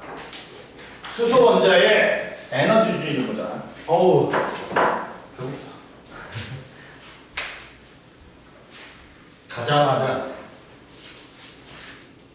뭐냐 밥솥에 밥을 하고 그 다음 되게 물고기. 뚝배기 물고기를 만들어야지.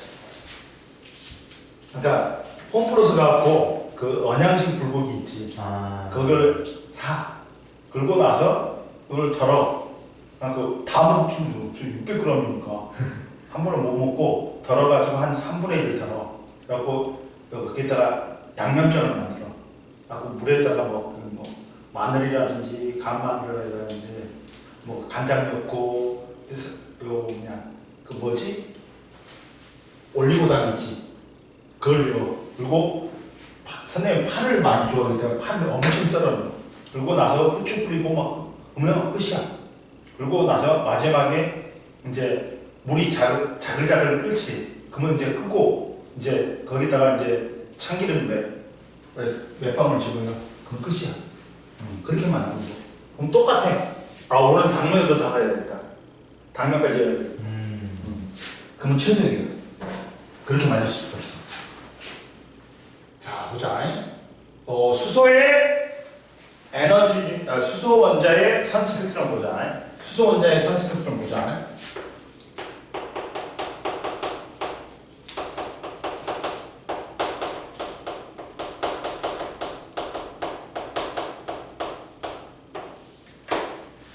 수소 원자만 각 에너지 주기가 왜? 무슨 저래 연습하는 빨리 해.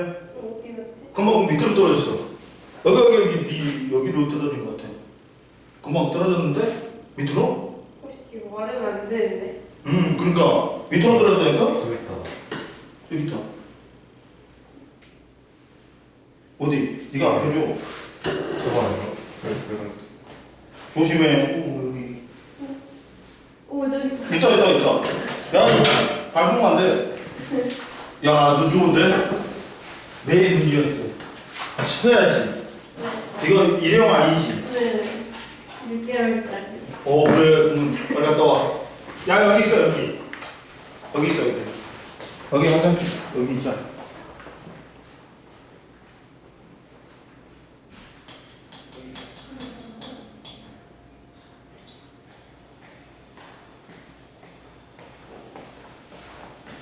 눈은 소중한 것이야. 네.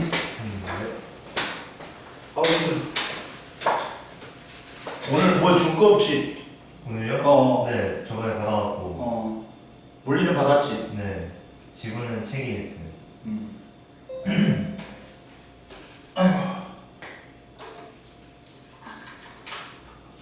다 끄고 집에 갈 준비를 다 해놓자. 바로 가요. 바로 갈 거야. 이제. 너무 피곤해 지금. 발바닥도 아프고. 오늘 기아가 어떻게 됐냐? 아까 아침에. 어제 내가 기아 야구 보다가 김목재 벗어질 뻔했어. 뭐야 이 새끼들 진짜. 끄셨어요? 아니 요 6대 3으로 이기겠다 지금 뭐하는 짓이야. 진짜 미친 새끼들. 누가 점수 줬어? 이 새끼 능지 7점 시켜야 되겠네. 누구야? 김범수 이 새끼 어제부터 새끼, 아, 나 미치겠네, 이 새끼들. 기법수 한재수는 어제부터 진짜 마음에 드네, 이 새끼들은. 아, 이 새끼들 진짜. 때려 죽여야 돼.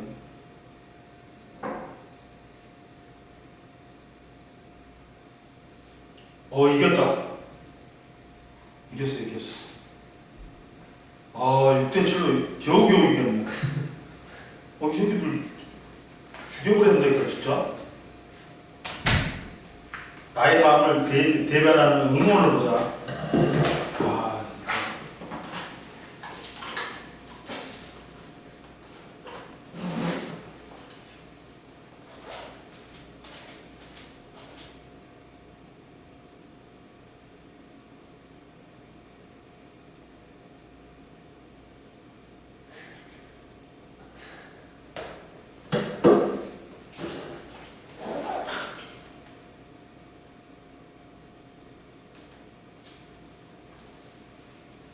아유, 진짜 씨, 내일 졸라 불쌍해서 어떡하냐. 승리 투수를 또 날렸는데 기아 애들이. 얘는 잘 던지면 뭐예요? 야, 볼펜들이 나와고 씨, 패전 투수 만들려고. 패전 투수는 아니지. 승리를 날려먹어서 그렇지. 진짜 이 새끼를 진짜 내일한테 전부 다 100만 원씩 내가지고 보태줘야 된다니까? 1000만 원씩? 자, 원래 수소는 이 에너지 준위가 하나씩밖에 안 나타나. 근데 다른 것들은 다전자 원자 있잖아. 걔들은 자세히 보니까 하나가 아니라 여러 개가 나타나. 근데 봐라. 수소의 아까 전에 에너지 준위는 선생님 얼마나 있어? 수소 원자의 각 껍질마다의 에너지 준위는 얼마나? 값이 딱딱 정해져 있다 했지. 양자가 되어 있다 했지. 얼마로? 마이너스 n제곱. 그렇지. 이 애는 마이너스 n제곱분의 13.6 엘렉트론 볼트로 정해져 있다. 그러면 그려보면 얘들아, 자, 첫 번째가 뭐니? 여기가 마이너스 13.6 엘렉트론 볼트야. 위로 갈수록 간격이 줄어든다. 왜? 밑에가 n제곱이기 때문에. 두 번째 궤도야. 여기가 세 번째 궤도. 얘가 네 번째 궤도. 얘가 다섯 번째 궤도. 그리고 여기가 여섯 번째 궤도. 그리고 무한대도 있어, 얘들아. 근데 이때 높은 궤도에서 떨어지면 에너지를 봤더니 누가 제일 커? 1로 떨어진 게 제일 크단 말이야. 라이먼. 이걸 누가 발견했어? 라이먼? 라이먼 계열이야. 라이먼이라는 사람이. 근데 이때 빛이 어느 계열, 어느 영역이야? 제일 에너지가 큰 자외선 영역이기 때문에. 즉 에너지가 높은 데서 낮은 데로 떨어지면 비대 형태로 에너지를 방출하는데 이걸 관찰했더니 이렇게 나타납니다. 근데 두 번째 궤도로 떨어지면 누가 발견했냐? 발머난 사람이 발견했어. 발머 계열이야. 그리고 얘는 그 다음 에너지가 큰 가시광선 영역입니다. 그리고 세 번째로 떨어지면 그만큼 에너지는 줄겠지. 이걸 누가 발견했어? 파션 계열이야. 이해되니? 그리고 이게 에너지가 제일 작은 적외선 영역이야. 이해됐어? 그럼 보자. 이랬을 때 보면 여기서 이제 봐라. 1번 선생님 해볼게. 1번 플러스 2번은 3번이다. 맞아 틀려. 에너지가 E1 플러스 E1은 E3는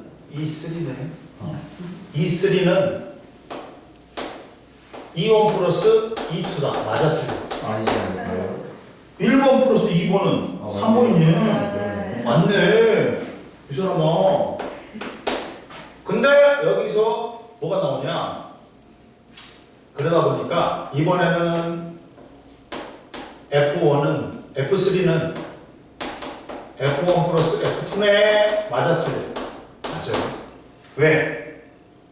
2는 하F잖아. 네. 응? 2는 하F야. 하F3는 하F1 플러스 하F2야. 그러면 여기서 하를 지우지. 그러면 어떻게 돼? F3는 F1 플러스 F2가 되니까 똑같지. 이해됐어? 네. 근데 만약에 이결 람다 1, 람다 3는 람다 1 플러스 람다 2다. 람다 1 플러스 람다 2다. 맞아, 틀려? 틀려. 왜? 야, 얘는 뭘로 바꿀 수 있어? 람다분의 하씨로 바꿀 수 있단 말이야. 어? 그러면 얘는 람다 1분의 하씨, 람다 2분의 하씨야. 그러면 얘를 지워버리면 얘는 뭐가 돼? 람다 3는 분의 1은 람다 5분의 1 플러스 람다 2분의 1이 돼. 그러니까 이건 틀리다. 아, 역수니까. 역수니까 틀리다. 이해되니? 네. 이렇게 나와. 이쪽 라이먼 계열은 에너지는 커. 그래갖고 진동수는 커. 그러나 파장은 젤다. 짧다. 그러면 선생님이 해볼게 또.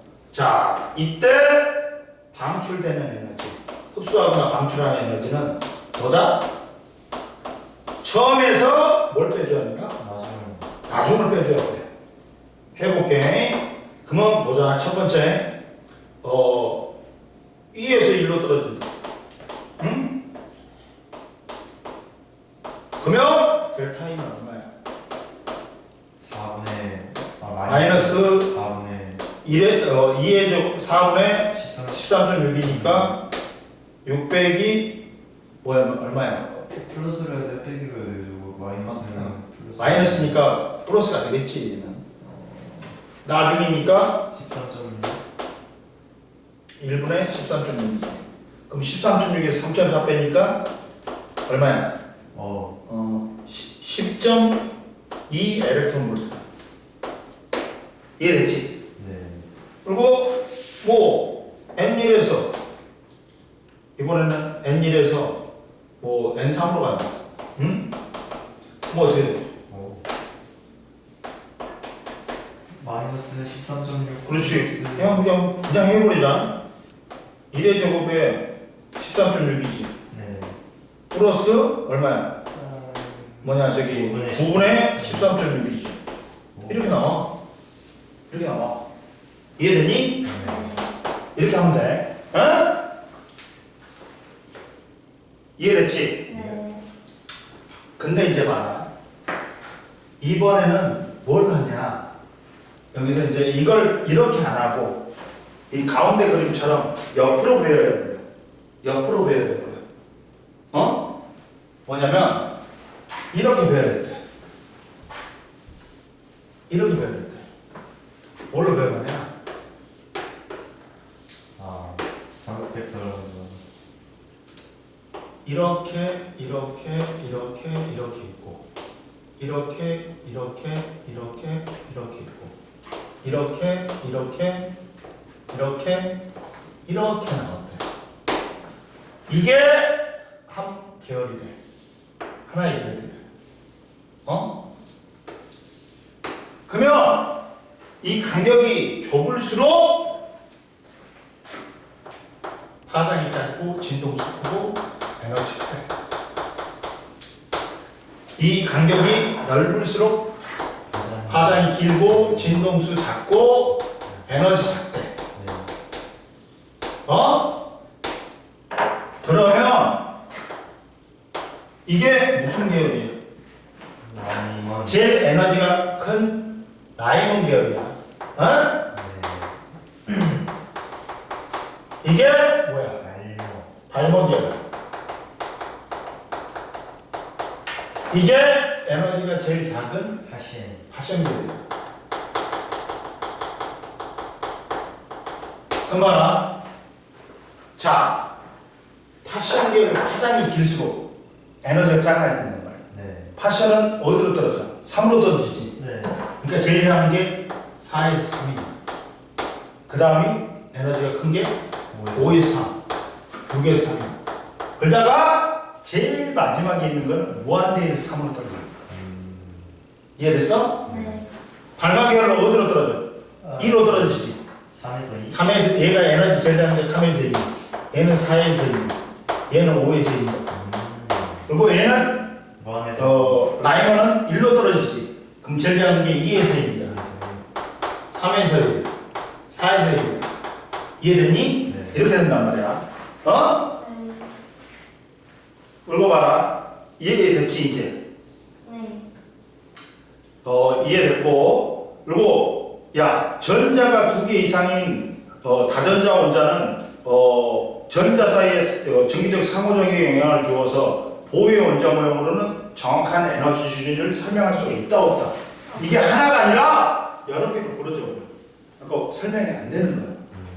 이해됐어? 네. 그러다 보니까 이제 보유의 원자 모형에도 문제점이 있어. 왜 그러냐면 전자는 굉장히 질량이 작고 성능이 매우 빨라. 그러니까 위치하고 운동량을 동시에 알 수가 없어. 즉 우리가 이제 자 자동차를 도로에서 자동차가 지나가는데 자동차 셔터를 내려놨어. 자동차가 지나가는데 불빛만 보이지. 불빛만 찍히지. 불빛이 많이 됐다? 그러면 자동차가 많이 지나가 버려. 그리고 약하면 대가 저쪽에서 차가 왔네? 이렇게 대강할 수 있다. 그 다음에 불확정성의 원리를 이용해서 이제 전자가 발견될 확률이 높은 곳을 점을 찍어서 나타냈어. 그러다 보니까 확률로 나타내는 거야. 전자의 존재를. 그러다 보니까 원자핵은 가만히 있고 가운데 있고 센터에 있고 전자는 그 원자핵 주위에 어디인가에 있어. 그러면 원자핵이 있고 전자는 어디인가 있어. 전자가 존재할 곳을 점을 찍어서 나타냈더니 이게 마치 구름처럼 되는 거야.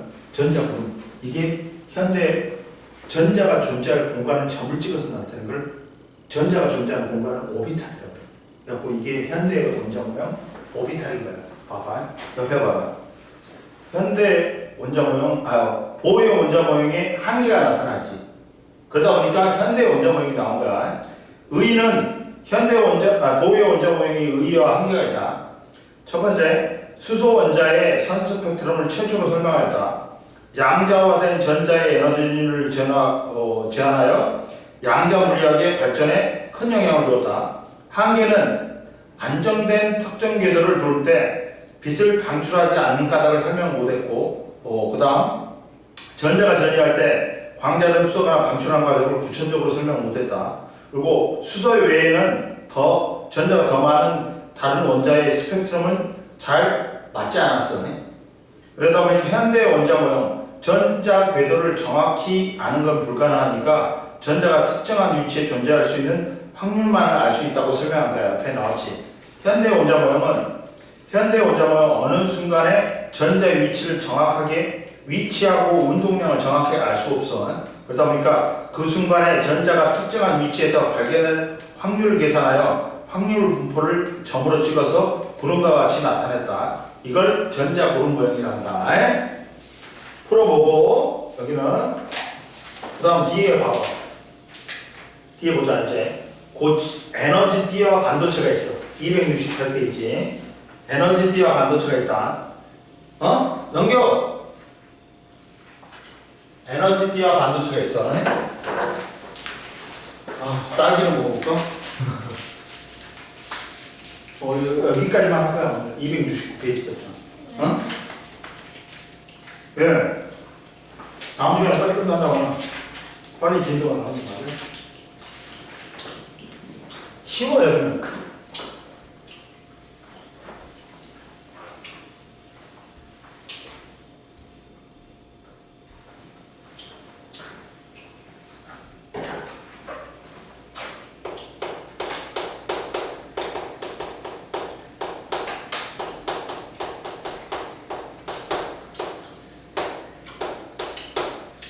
자, 봐라.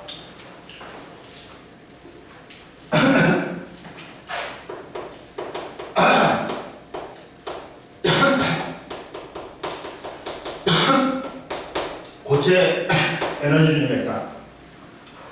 왜 기체 에너지라든지 에너지 준위를 갖다가 뭐 안 하냐면 고체는 따닥따닥 붙어 있단 말이야. 원자와 원자가. 그러다 보니까 이게 겹쳐질 수가 있단 말이야. 근데 기체는 너무 멀리 떨어져 있어. 무질서에 아니 무질서함보다 너무 멀리 떨어져 있으니까 이 에너지 준위가 겹쳐져 안 겹쳐져? 안 겹쳐져. 즉 고체는 봐봐. 원자 하나면 에너지 준위가 이렇게 하나밖에 안 생겨.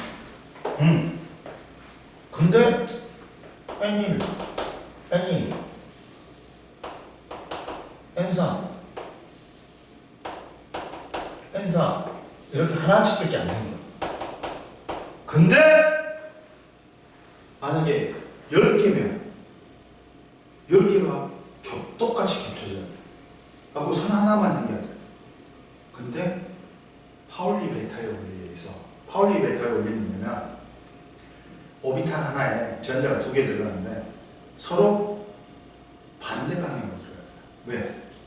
같은 방향으로 들어가면 반발력이 너무 세게 되거든요. 그러니까 봐봐. 이 에너지 준위에 원자핵도 있어. 전자도 있어. 그러면 이것들끼리 상호작용을 한단 말이에요. 그러다 보니까 원자핵과 원자핵 사이는 청력, 그리고 뭐 전자와 전자 사이도 청력, 그리고 원자핵과 전자 사이에도 인력이 있어. 상호작용이 있다 보니까 이것들이 미세하게 어긋나. 원자마다. 그러다 보니까 원자 하나면 이 에너지 준위가 하나만 생기지만 근데 파울리 베타의 원리에 의해서 정리적 상호작용 때문에 이것들이 겹쳐지지 않아. 그러니까 10개면 선이 10개가 생겨야 돼. 이렇게. 겹쳐지지 않고. 그러다 보니까 애들이 뭘 되니? 띠 모양으로 된단 말이야. 그게 고체의 에너지 띠인 거야. 그러면 여기서 이거는 전자가 존재할 수 있어. 여기는. 얘는 뭐라고 해? 허용띠라고 해. 근데 여기는 전자가 존재할 수 없어. 금지띠라고 해. 근데 이걸 띠간격, 띠틈이라고 해. 이해되니? 얘가 허용띠야. 그래서 허용띠하고 띠간격이 반복되어 있단 말이야. 이해됐어? 자, 봐라. 고체 원자의 에너지 준위는 원자 사이 거리가 가까워서 인접한 원자들이 전자 궤도가 겹쳐지게 되므로 에너지 준위가 겹쳐진다. 근데 이 에너지 준위는 무슨 원리에 의해서? 파울리 베타의 원리에 의해서 하나의 양자 상태에 전자가 2개 동시에 들어갈 수 없으니까 원자들이 가까이 있으면 에너지 준위가 미세하게 갈라져. 왜? 인접한 원자와 원자의 원자핵과 전자 사이의 전기력 때문이다. 이해됐어? 즉 파울리 베타의 원리는 뭐냐면 원자의 하나의 양자 상태에 전자가 2개 이상이 함께 존재할 수 없다. 전자는 각각 다른 양자수 조합을. 야, 하나는 스핀이 업이라면 하나는 다운이 안 돼. 그러니까 양자수가 4개가 있거든. 4개의 양자수가 다 같은 전자는 없어. 무조건 틀려야 돼. 하나라도. 그러다 보니까 전기력 때문에 미세하게 벌어져. 그러면 에너지 T는 뭐냐? 고체가 전자가 존재할 수 있는 에너지 유닛들이 매우 촘촘하게 모여 있어. 띠의 형태를 갖는 걸 에너지 유닛을 이루는 걸 뭐야? 띠의 형태로 있는 걸 에너지 T라고 그러네. 원래 원자가 한 개 있으면 에너지 유닛가 한 개씩밖에 안 생겨. 2개 있으면 2개가 겹쳐지는 게 아니라 미세하게 차이가 있어. 그리고 3개가 있으면 3개가 미세하게 차이가 있게 겹쳐져 있어. 그리고 여러 개가 있으면 얘가 띠 형태를 이룬단 말이야. 이걸 에너지 T라고 그래. 이해됐지? 그러면 봐봐. 에너지 T는 이렇게 생긴단 말이야. 이렇게. 에너지 T가 이렇게 있어. 여러 개가 있어. 응? 여러 개가 있어. 그러면 그러면 얘들은 허용띠야. 허용띠야. 얘는 띠틈, 띠간격이지. 얘가 띠간격이야. 근데 허용띠 중에서 전자가 채워져 있는 가장 바깥쪽에 허용띠를 뭐라 그래? 야, 그렇지. 우리가 뭐냐 화학 반응에 참여하는 가장 바깥쪽에 있는 전자를 부르는 뭐라? 원자가 전자를. 그러면 얘도 원자가 띠라는 거야. 근데 그 위에 있는 허용띠가 또 있어. 근데 여기는 전자가 없어. 얘를 이 허용띠를 우리는 전도띠라고 불러. 근데 원자가 띠는 가득 채워져 있지. 전자가 가득 채워져 있는 거예요. 그렇지. 지가 채울 수 있는 전자를 다 채운 거야. 그러면 전자가 이동할 공간이 있어 없어? 근데 없어. 한 개라도 더 있으면 어떻게 돼요?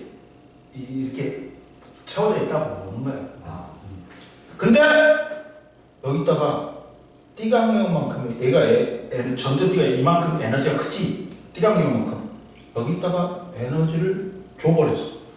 이만큼. 그러면 얘가 이 에너지 가지고 벗어나. 어디로 이동해? 전도띠로 이동해. 이걸 전도라고 해. 그럼 전류가 흐른단 말이야. 그리고 여기에 뭐가 생겼어 얘들아? 양봉이 생겼지. 이걸 채우기 위해 또 전자들이 이동해. 그러면서 전류가 흐른단 말이야. 이걸 전도됐다. 그리고 이 전자는 원자핵으로부터 벗어났지. 자유스러워졌잖아. 그러니까 얘를 뭐라 그래? 자유전자? 자유전자라고 그래. 응? 그리고 이걸 뭐라 그래? 이 구멍을 양봉이라고 해. 마이너스가 빠져나왔으니까 플러스가 됐으니까 양봉이라고 해. 보자. 에너지띠의 구조는 허용띠가 있다. 허용띠는 뭐야? 전자가 존재할 수 있는 에너지용으로 절대 온도가 0K일 때 고체의 전자는 허용띠 중에서 에너지 준위가 가장 낮은 것부터 채워온다. 그리고 원자가 띠는 전자가 채워진 에너지 중에서 에너지가 가장 높은 띠로 원자가 띠는 전자가 채워져 있어. 전자가 어떻다? 다 채워져 있으니까 전자가 이동할 공간이 있어 없어? 없어. 그러니까 전류가 안 된단 말이야. 전자가 이동하기 어렵다. 근데 전도띠는 원자가 띠 바로 위에 있는 전자가 채워져 있지 않은 띠로 전도띠는 빈 에너지 준위로 구성되어 있어 전자가 이동하기 쉽다. 근데 띠간격은 원자가 띠와 전도띠 사이에 전자가 존재할 수 없는 영역이지.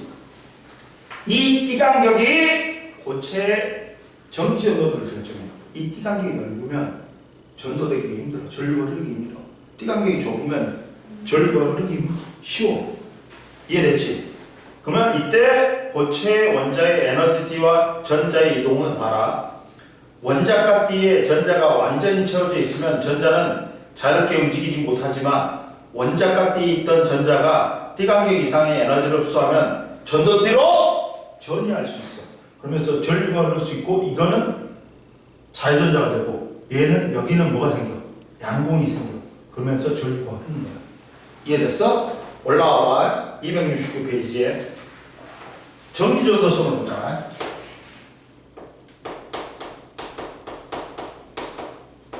보면 잡아라. 거기 보면 전기전도성은 물질 내에 전류가 잘 흐르는 정도를 나타내는 성질이지. 그러면 선생님이 뭐라 했어? 원자가 띠 있는 전자에게 띠강량만큼의 에너지를 주면 얘가 원자핵의 인력으로부터 벗어나면서 여기로 올라간다고 전도띠로. 그러면 이걸 뭐라 그래? 이 전자를 자유전자를 해. 자유롭게 됐으니까. 그리고 이때 전자가 이동했지. 그리고 여기 양봉 생기지. 양봉 생기기 채우기 위해서 전자들이 이동해. 그러면서 전류가 흐르는 거야. 전도된다 그래. 응? 자, 자유전자와 양봉을 봐라. 자유전자와 양봉에 의해서 전류가 흐르며 이들이 수가 많을수록 전기전도성이 어떻다? 좋다. 전류를 흐르게 하는 물질은 두 개가 있어. 뭐가 있다? 자유전자하고 뭐야? 양봉이 있어. 실제로는 자유전자가 이동하지만 양봉도 이동하는 것처럼 보여. 왜? 전자가 이동하니까. 근데 자유전자 이동 방향과 양봉은 서로 어떻다? 자유전자가 이렇게 이동하지. 그러면 양공은 이렇게 가는 거야. 서로 반대 방향인 거네. 옆에 나왔지. 양공의 이동은 전자의 이동 방향과는 반대다. 자유전자는 뭐냐? 원자가 띠에 있던 전자가 띠간격보다 큰 에너지를 얻어서 전도띠로 전이한 전자로서 원자에게 인력으로부터 벗어났지. 고체 내부를 자유롭게 움직일 수 있는 자유전자가 되는 거야.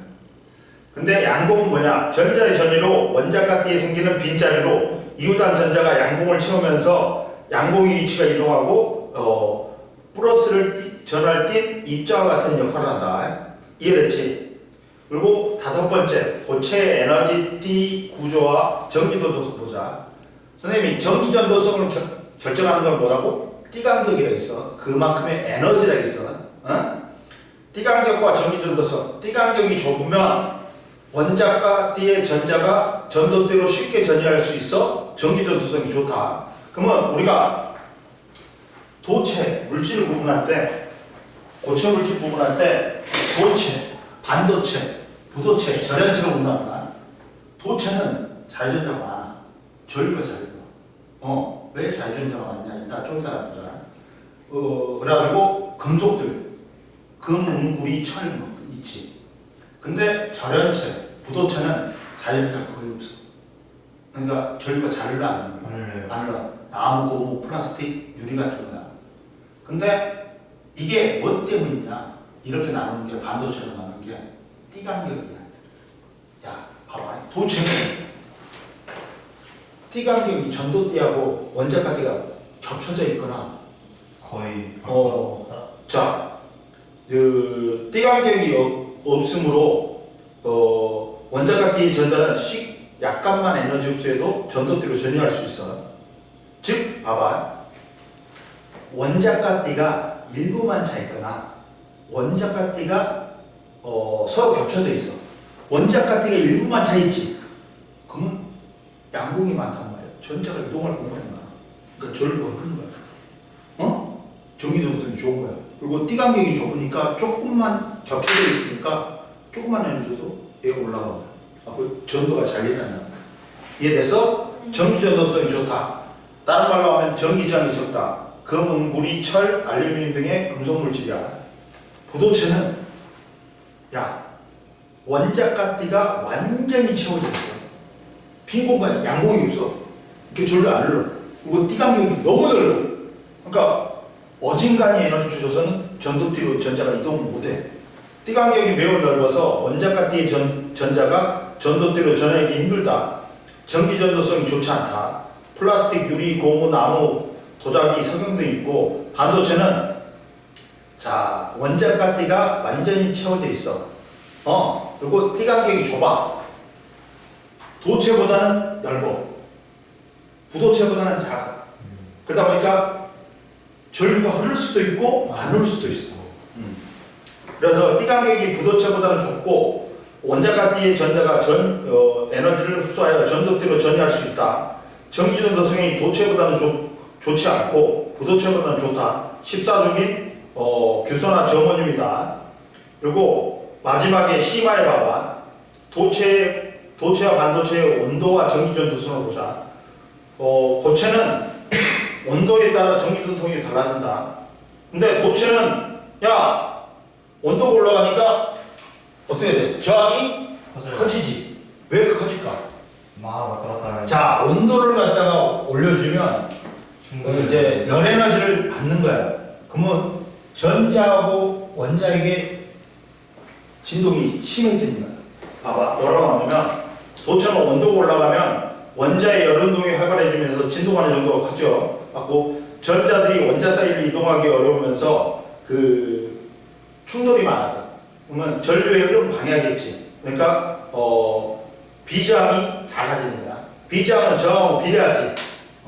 그리고 반도체는 온도가 올라가면 더 많은 전자가 에너지를 흡수하여 원자가 띠에서 전도띠로 전이한다. 그다음 이 경우에는 전류를 흐르게 하는 자유전자 양공의 수가 많아지니까 비장이 적어지는 거야. 자, 그리고 전기전도들은 띠간격은 다 물질마다 틀려. 그래서 물질의 특성이다. 됐어. 오늘 여기까지. 7분, 8분이다. 가자. 예. 선생님 말했잖아. 빨리 끝낸다고. 그래도 빨리 끝내는 거잖아. 네. 좋지? 네. 나도 숙제라고 가져야겠다. 속이 많이 쓰리네. 가자.